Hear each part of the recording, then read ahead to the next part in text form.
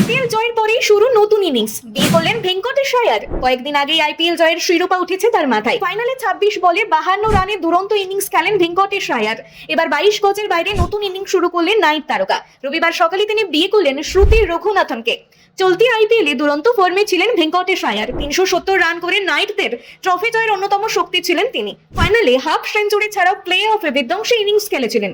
2021 থেকে নাইট দলের সদস্য হলেও অবশেষে এবারই ট্রফির স্বাদ পেলেন মধ্যপ্রদেশের ব্যাটার। মাঠের সাফল্যের পাশাপাশি ব্যক্তিগত জীবনেও নতুন পথ চলার শুরু ভেঙ্কটেশের। গত বছরের নভেম্বরই তিনি বাগদান সারেন শ্রুতির সঙ্গে। সোশ্যাল মিডিয়ায় নিজেই সুখবর জানিয়েছিলেন ভেঙ্কটেশ। তার 4 মাস পরেই শুরু হয় আইপিএল। অবশেষে আনুষ্ঠানিকভাবে বিবাহের বন্ধনে বাধা পড়লেন তিনি।